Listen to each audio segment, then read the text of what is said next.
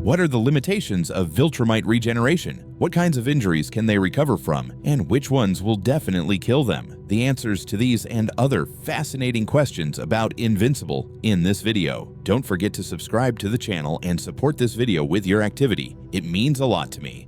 Viltrumites are extremely difficult to kill, but it is possible. We've seen this more than once, both while watching the Invincible series and reading the comic of the same name. By the way, beware of spoilers from the Invincible comic series. This video contains them. In the Invincible universe, there are actually many things that can cause serious trouble for Viltrumites. It could be a virus, certain types of technology, weapons, or specific biological components. But today, we'll focus on the most frequently demonstrated weakness of the Viltrumites. It's not entirely accurate to call it a weakness, but still, it's a roughly equal opposing force. And strength is what Viltrumites respect most of all, but you already know that. Viltrumites are among the most powerful beings in the universe, but they are not the only ones. More precisely, the strongest among the most intelligent species, which, of course, makes them even more dangerous.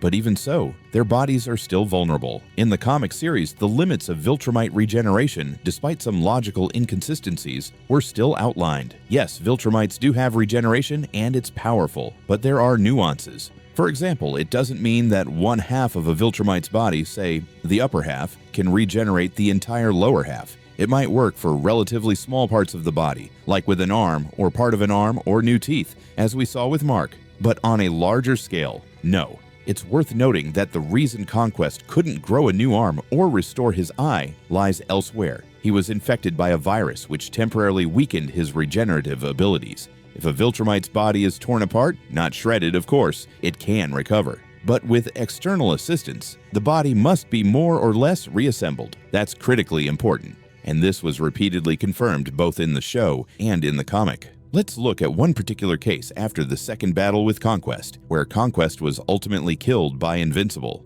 Mark received a devastating injury from him comparable to the one delivered by Battle Beast in the first season. Conquest ran him through. He tore open his insides, crushed his spine, and deformed his ribcage. Nolan, who was nearby, gathered Mark's internal organs and stabilized his torso with his cape, saying that all he needed now was time, and overall, there was nothing to worry about. From these scenes, we also learned from Nolan that during recovery, a Viltrumite's body independently carries out bone repositioning, but again, within local limits, when the body is at least somewhat reassembled. The repositioning process itself can cause excruciating pain. Perhaps that's why Viltrumite genetics, through millennia of natural selection, learned to deliberately keep consciousness in an induced coma during extended recovery. Otherwise, enduring all that pain for a prolonged period might drive a Viltrumite insane.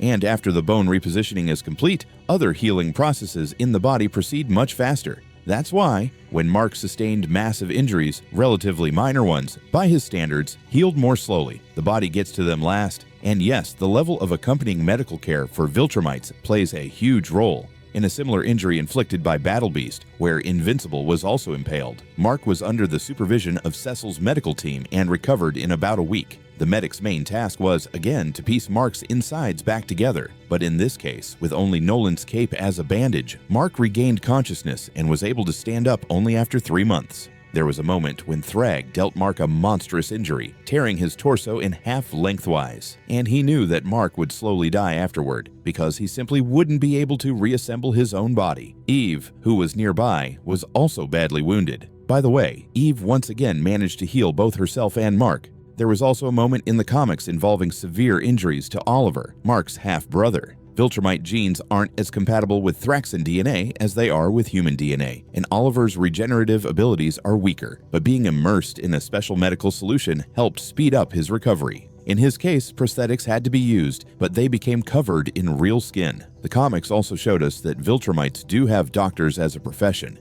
And closer to the end of the comic series, we learn that the two main anatomical vulnerabilities of Viltrumites are the heart and brain, which is frankly quite logical. By the way, it was by damaging the brain that Thetis killed Emperor Argal, but that was a long time ago. A Viltrumite's brain, when other organs are critically damaged, continues functioning for significantly longer than in most other species. But once biological brain death is confirmed, there's little hope left. It's absolutely vital that the body is still capable of supplying the brain with oxygen. That's why, in open space, Viltrumites are likely less resilient than they are in oxygen-rich environments, or so I think. And it was exactly this way that Mark killed Conquest, by strangling him. Just strangling. During the fight, Mark and Conquest moved between the planet's surface and open space, and at one point, Conquest didn't manage to take a breath, and Mark, until the very end, had no intention of letting go of his throat, which he gripped with an iron hold, and Conquest dies from oxygen deprivation,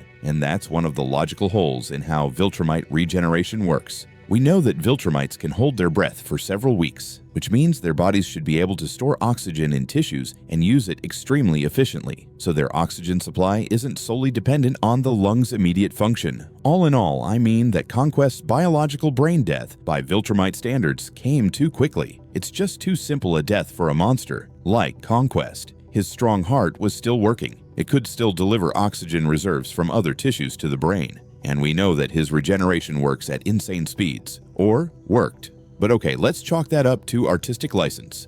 Either way, what follows from all this is, a working heart is essential for a Viltrumite's recovery. If the heart is heavily damaged, recovery slows down, because the heart circulates not just oxygen, but all the nutrients needed for healing processes. Basically, that's how it works for humans too. Even Wolverine needs a working heart. And the reason Nolan couldn't survive after Thrag tore him in half is because Thrag managed to damage his heart. Thrag was aiming for it specifically. I believe Nolan had a real chance at recovery, but a Viltrumite who's lost the will to live has far fewer chances. Here's an interesting question. Can a Viltrumite's severed head reattach to the body if returned to the neck, like it works for the immortal? I think, hypothetically, yes. But again, it all depends on timing and the level of medical help. In this case, it's the same as for humans, but with some Viltrumite-specific quirks. Apparently, just to be sure. Honestly, I think that with their genetics and level of technology, Viltrumites can survive almost any injury. But because of their culture of physical supremacy and natural selection, it wasn't always seen as necessary, at least not in the old days. The weak and those who lost in battle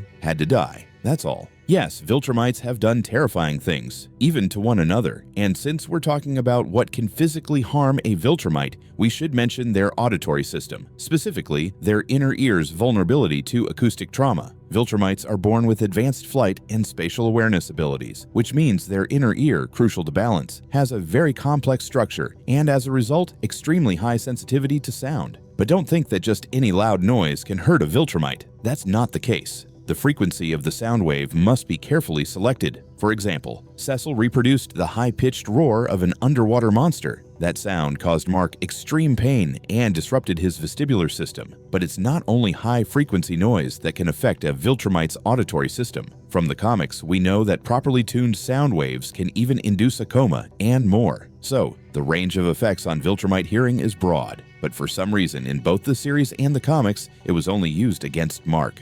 I hope you've learned something new about Viltrumites today. If you enjoyed this video, subscribe to the channel and support it with your activity. It really means a lot to me.